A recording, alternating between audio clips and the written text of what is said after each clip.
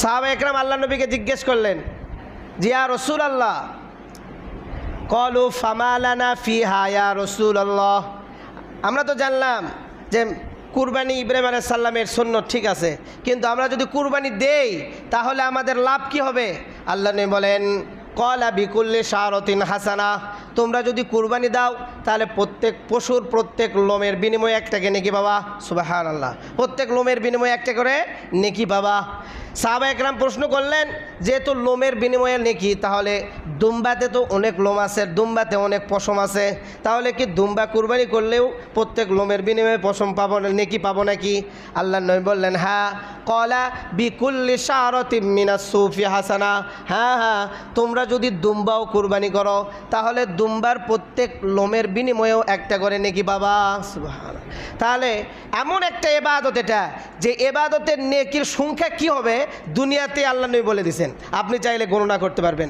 নামাজ পড়লে কত নেকি, রোজা করলে কি নেকি, এটা গোপন আছে, আল্লাহ তাআলা পুরস্কার দিবে। হজের নেকি মাফ, জীবনের সমস্ত গুনাহ মাফ, কিন্তু কত গুনাহ করছেন আপনি তো জানতেন না।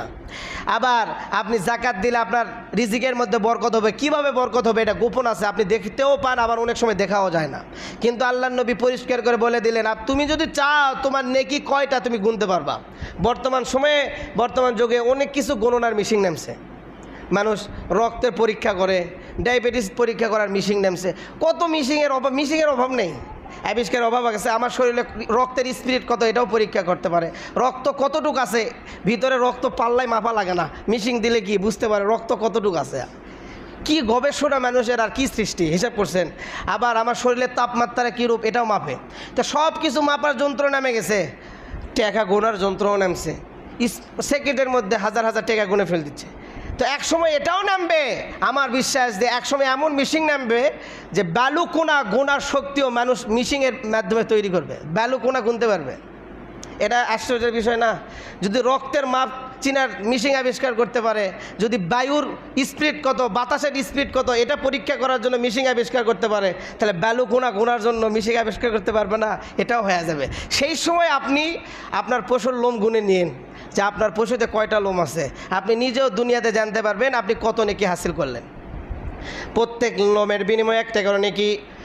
আর এক হাদিসে আল্লাহ নবী বলেন, কিয়ামতের ময়দানে যে পশু কুরবানি করবে সে পশুর শিং, লোম, হাড্ডি এগুলি নিয়ে কি হবে, কিয়ামতের ময়দানে উঠবে। তার পশুর যে শিং ছিল, তার পশুর যে লোম ছিল, এগুলি নিয়ে সে আল্লাহ তাআলার দরবারে উঠবে, পশুর সব কিছু নিয়ে উঠবে। আল্লাহ নবী বলেন, তোমরা মোটা তাজা পশু কুরবানি দাও, কারণ তোমাদের এই পশু পুলসিরাতের বাহন হবে, পুলসিরাতের মধ্যে আপনার কুরবানির পশু আপনাকে পার করে নিয়ে যাবে।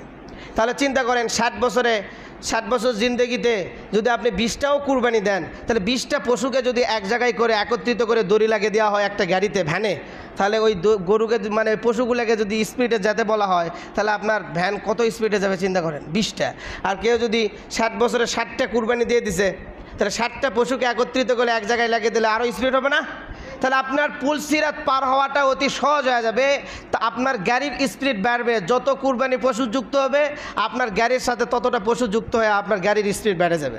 আল্লাহ নবী বলেন, তুমি কুরবানি দাও, কারণ তোমার এই কুরবানিটা পুলসিরাতের কি হবে, বাহন হবে, পুলসিরাতের বাহন হবে। অনেক ফজিলত কুরবানির, এত ফজিলত যে প্রত্যেক লোমের বিনিময়ে আল্লাহ রাব্বুল আলামিন বলে, মান জা বিল হাসানাতি ফালাহু আশরু আমসালিহা, যে ব্যক্তি আমার জন্য একটা নেকি নিয়ে আসবে আমি তাকে 10 নেকি দিব। তাহলে প্রত্যেক লোমে একটা করে হাসানা। ধরেন কোনো একটা ছাগলে 1 কোটি লোম আছে, তার চেয়েও বেশি আছে, 1 কোটি তো সর্বনিম্ন বললাম, তো 1 কোটি যদি আপনার লোম থাকেও তাহলে একটা ছাগল কুরবানি দিলে আপনি 10 কোটি নেকি পাবেন পরকালে। সুবহানাল্লাহ। কারণ প্রত্যেক হাসানায় একটা করে, আবার কি 10টা করে হাসানা দিয়ে দিবে আল্লাহ তাআলা।